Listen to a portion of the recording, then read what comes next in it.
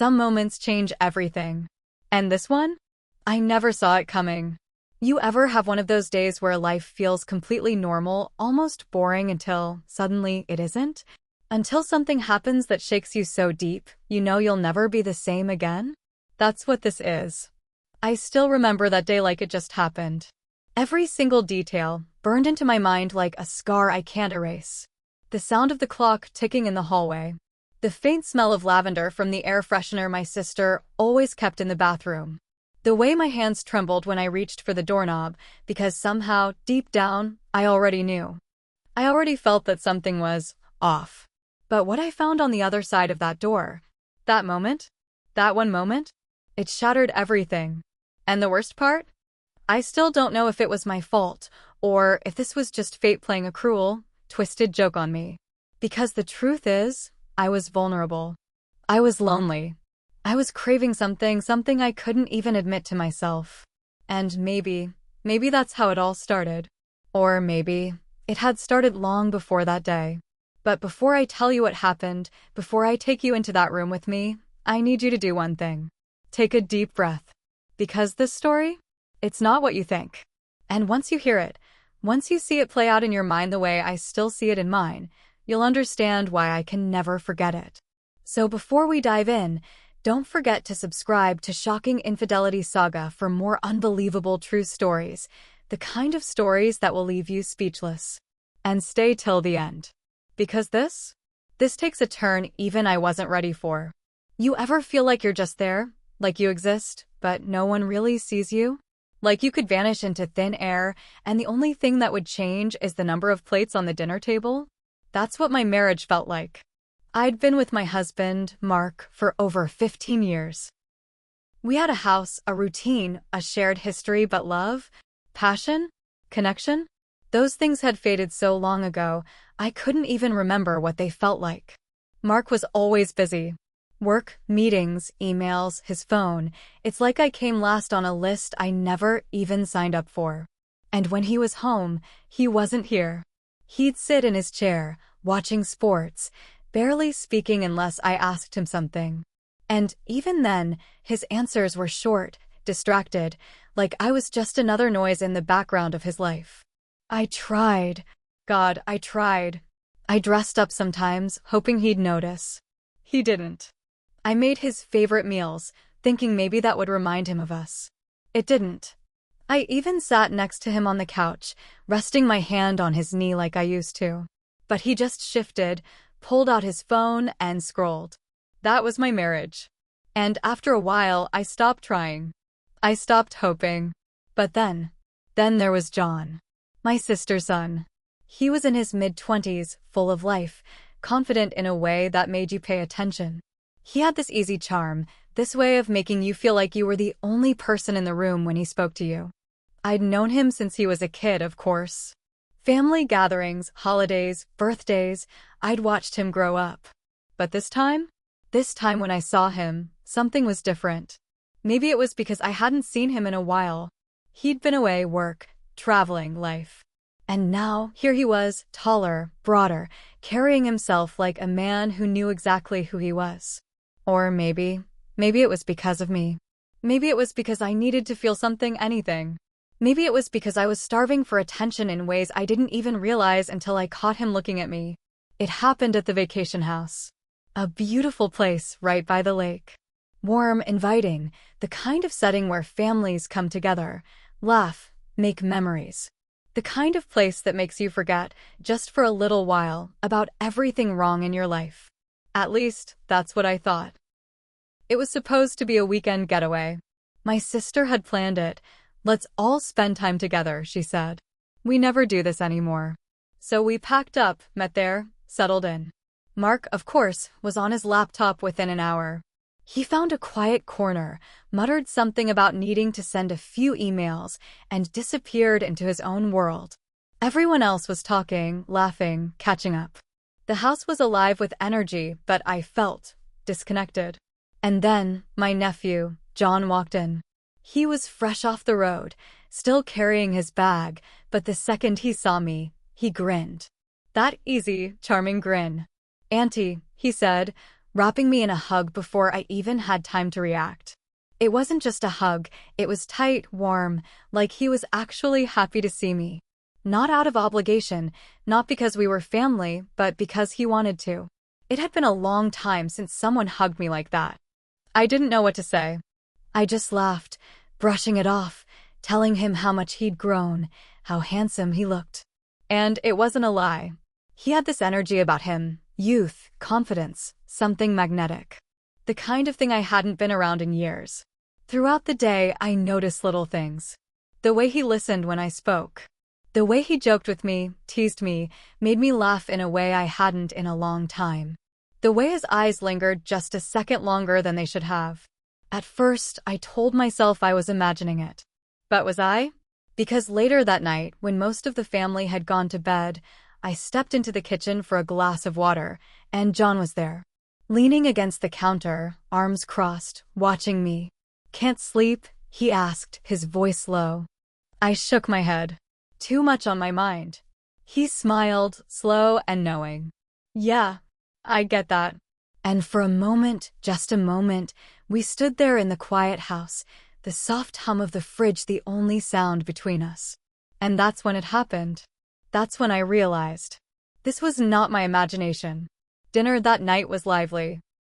Laughter, conversation, the kind of noise that should make a person feel surrounded, included. But I didn't. I sat next to Mark, like always, but it might as well have been an empty seat beside me. He barely looked up from his plate, occasionally nodding when someone spoke, but never really joining in. His phone was face up on the table, lighting up every few minutes with emails, messages, things that apparently mattered more than being here. I cut into my food, chewed slowly, pretended to be part of the moment. But inside? Inside, I felt like a ghost, like I was watching my own life from a distance. And then John, sitting across from me, laughing, fully present, fully there. His energy was different from the others. It was aware, not just of the conversation, not just of the people around him, but of me. It happened so casually, so effortlessly, that if I hadn't been paying attention, I would have missed it. His hand, light, warm, pressing just slightly against the small of my back as he leaned in to say something to the group. A simple touch, barely a second. But my body noticed before my mind could process it. I wanted to believe it was all in my head, that I was reading too much into things. But my hands felt unsteady when I placed my glass back down. I laughed, waved it off, muttered something about how he was too kind. But my heart was racing. And I had no idea why. That night, after everyone had started retreating to their rooms, I stayed behind in the living room, staring at the dying embers in the fireplace, lost in thought. I told myself I was just tired. That my mind was playing tricks on me. That I was just craving attention, nothing more. But even as I tried to shake the feeling, I couldn't forget the way he looked at me. That quiet confidence. That knowing smirk.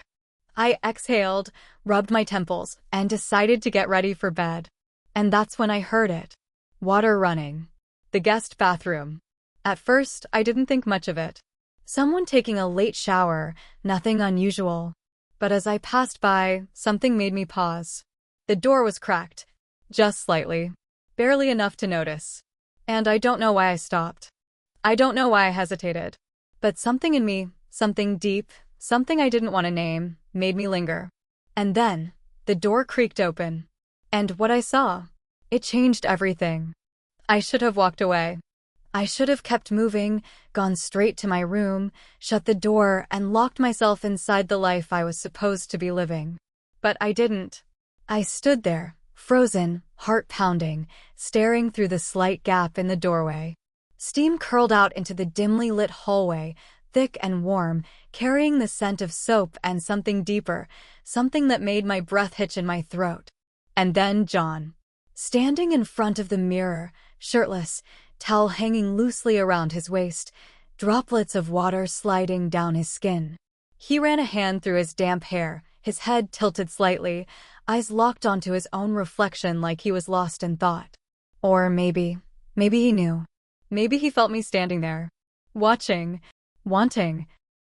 I swallowed hard, my throat dry, my fingers gripping the door frame.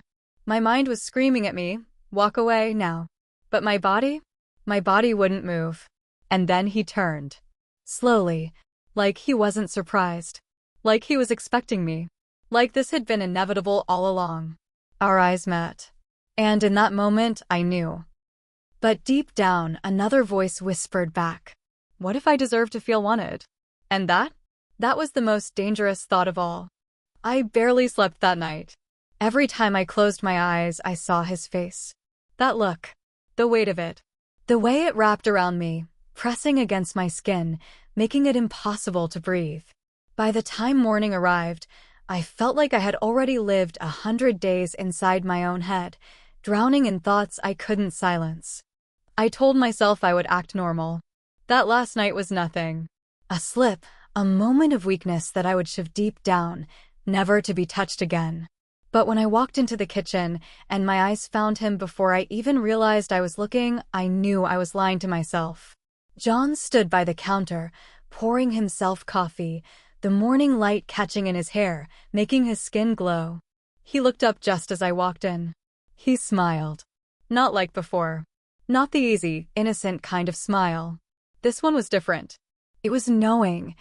I felt it before I even processed what was happening. The rush of heat, the quickening of my pulse. The way my body betrayed me before my mind could form a rational thought. I forced myself to move, to walk past him like nothing was wrong, like he hadn't caught me staring, like my heart wasn't slamming itself against my ribs. But as I reached for a mug, he shifted. His arm brushed against mine, just barely, just enough. A shiver shot through me so fast, so deep, I nearly dropped the cup. I could feel the warmth of him lingering on my skin, the ghost of that touch crawling up my arm, settling into my chest. And when I turned, when I finally forced myself to look at him, his eyes were already on me. Watching. Waiting. It was too much. I stepped back, muttered something about needing fresh air, and slipped outside before I did something reckless. The cool breeze hit my face, but it wasn't enough. Nothing was enough. I gripped the railing of the balcony, my fingers curling tightly around the wood as I tried to pull myself together. What was I doing? What was this? Running away? His voice. I tensed, turning just as he stepped onto the balcony beside me. He leaned against the railing, close but not too close, his expression unreadable. You don't seem happy, he said, so casually, so effortlessly, like he wasn't pulling a thread that had been unraveling for years. I laughed, short, hollow. I'm fine. His eyes searched mine. Are you? I opened my mouth to lie, to say something dismissive, but I couldn't. Because we both knew the truth. I wasn't fine. I hadn't been fine for a long time. And John somehow, someway, he knew it. His gaze didn't waver. He didn't press, didn't push. He just stood there, waiting, letting the silence stretch between us until it felt like it was swallowing me whole. I swallowed hard, tearing my eyes away, staring out at the trees beyond the lake. You ask a lot of questions. He chuckled, low and warm. Only when I want to know the answer. I exhaled, shaking my head. I should go inside. But I didn't move. And neither did he. We stood there, locked in a silence that said too much, in a moment that lasted too long. And then, the door slid open and I flinched. My sister. Her voice was light, cheerful. Oh, there you are. We were wondering where you ran off to. I forced a smile, stepping away from the railing. Just needed some air. She didn't notice the tension, the way my hands clenched at my sides, the way John's eyes stayed on me even as I walked past him. But I felt it. I felt everything. That night, I told myself I was imagining things. That John was just being friendly, that I was reading too much into it, that I was making something out of nothing. That this was all in my head. I needed to let it go. I needed to be normal. But then, the bathroom door. Slightly open. Again. I froze. Déjà vu. The soft sound of water dripping. The faint scent of shampoo in the air. I should have kept walking. I should have kept walking. But my feet wouldn't move. And then, slowly, so slowly it felt deliberate, the door creaked just a little wider. And there he was. John, shirtless, dripping with water, towels slung low around his hips, beads of moisture trailing down his chest. His eyes locked onto mine. A dangerous silence. A charged moment. Neither of us moved. Neither of us spoke. But we didn't have to. Because in that moment, I knew. Whatever was happening between us, it wasn't in my head. It was real. And it was only getting started. I should have walked away. I should have turned my head, looked anywhere but at him, and kept moving. But I didn't. I stood there, frozen in place, my breath uneven, my pulse hammering in my ears. The bathroom was filled with thick, lingering steam, the scent of soap, and something unmistakably him hanging in the air. And John? He didn't look surprised. He didn't flinch, didn't move to cover himself, didn't pretend this was anything but what it was: charged. Dangerous. Deliberate. His gaze never left mine as he reached up, running a towel through his damp hair, droplets of water trailing down his collarbone, his chest. My throat went dry, my entire body locking up as I tried to remember how to think. But all I could feel was the pull. The invisible, undeniable pull dragging me further into something I knew I wasn't strong enough to fight. I forced my voice out, barely above a whisper. You should be more careful. Someone could have, someone did. He cut in, his voice smooth, quiet. But it's only you. A statement. A fact. And somehow, that made it worse. I swallowed hard, my hands gripping the doorframe like it was the only thing tethering me to reality. John, this isn't what, he asked, stepping forward, slow, unhurried. I felt the heat before I registered the movement. The heat of his skin, the heat of his presence, so close now I could see the droplets of water clinging to his jaw. I should have stepped back. I should have run. But I didn't. The air between us felt electric, humming with something neither of us was willing to name. His voice dropped lower, softer. Tell me to stop. My lips parted. The words were right there. But they never came. I couldn't say them. Because I didn't want him to. And in that silence, that hesitation, he knew. I felt his breath first, warm, teasing against my cheek. My body tensed, anticipation coiling tight in my stomach. I turned my head just slightly, a fraction of an inch, my pulse hammering in my throat. And then, his lips. Soft, barely there. A whisper of a touch, testing, waiting for me to pull away. But I didn't. And then the hesitation was gone. The second kiss wasn't gentle. It wasn't slow. It was deep, desperate, consuming. His hand moved to my waist, fingers pressing in, pulling me against him, and I let him. I let him. A rush of emotions slammed into me all at once. Guilt. Excitement. Relief.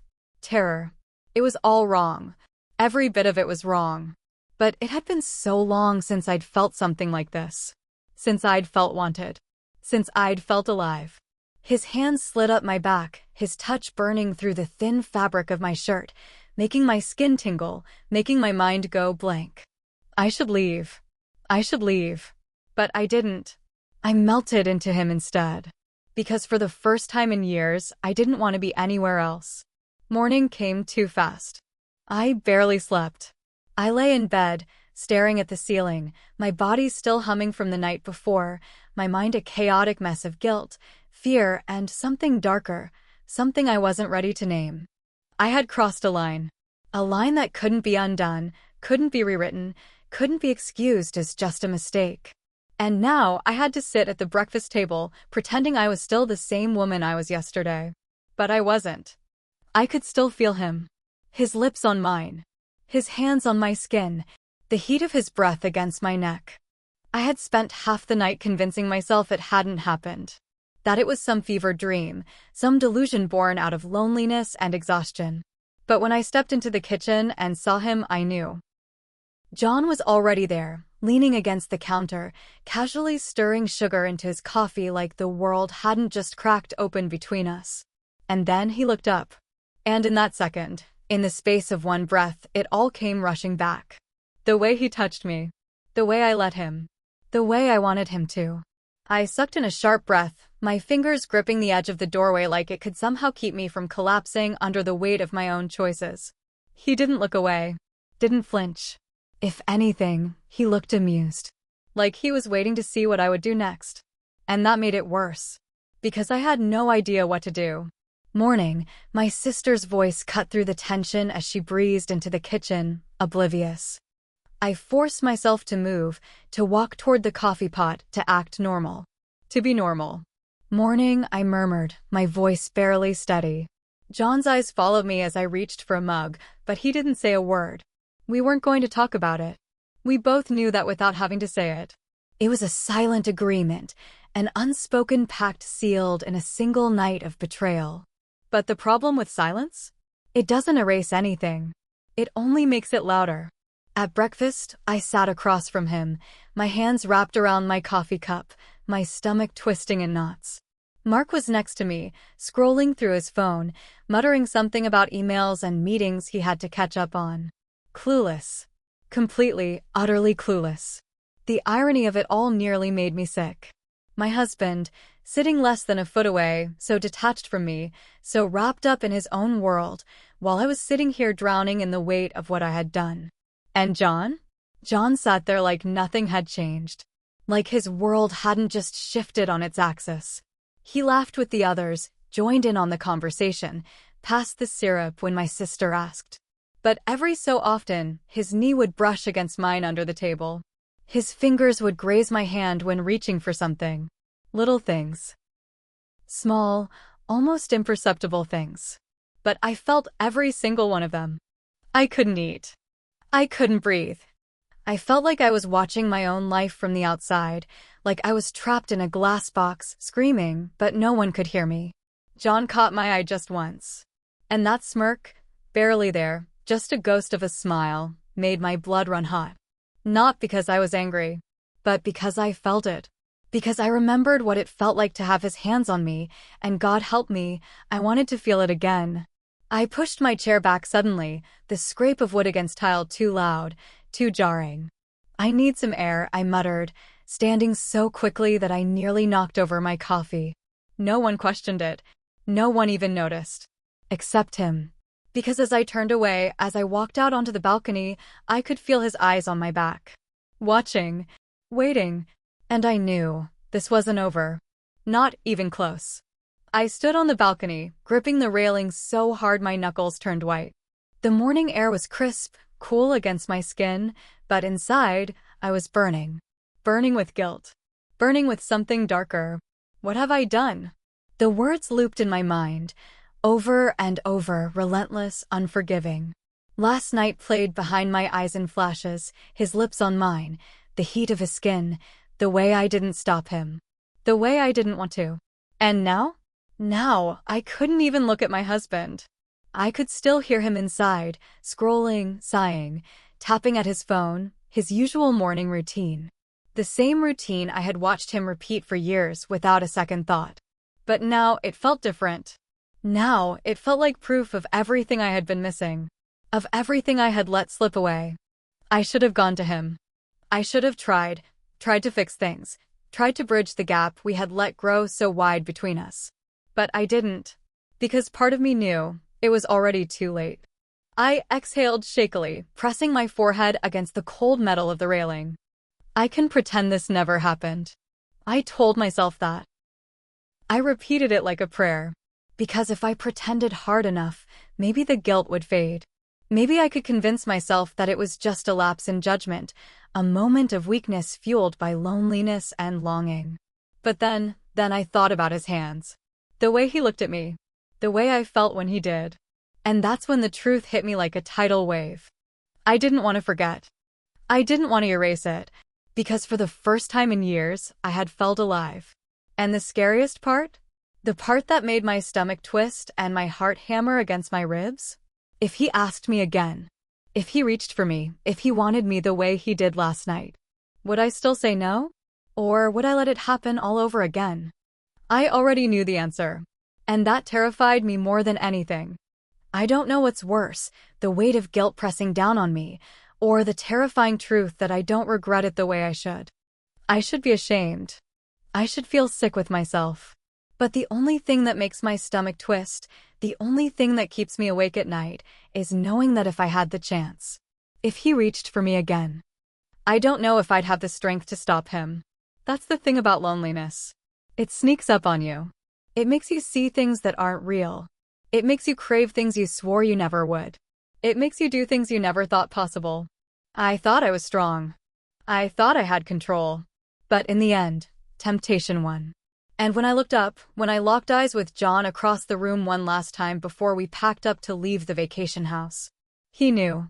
A slow, knowing smirk curled at the corner of his lips. Not a question. Not a challenge. Just a promise. And that's when I knew this wasn't over. Not even close. But now, I need to hear from you. Have you ever felt invisible in a relationship? Have you ever wanted something you knew you couldn't have? What would you have done in my situation? Was this a mistake? Or was it bound to happen? Tell me in the comments. I need to know I'm not the only one. And don't forget to subscribe to Shocking Infidelity Saga for more unbelievable true stories, stories that will leave you speechless. Because sometimes, the truth is stranger than fiction.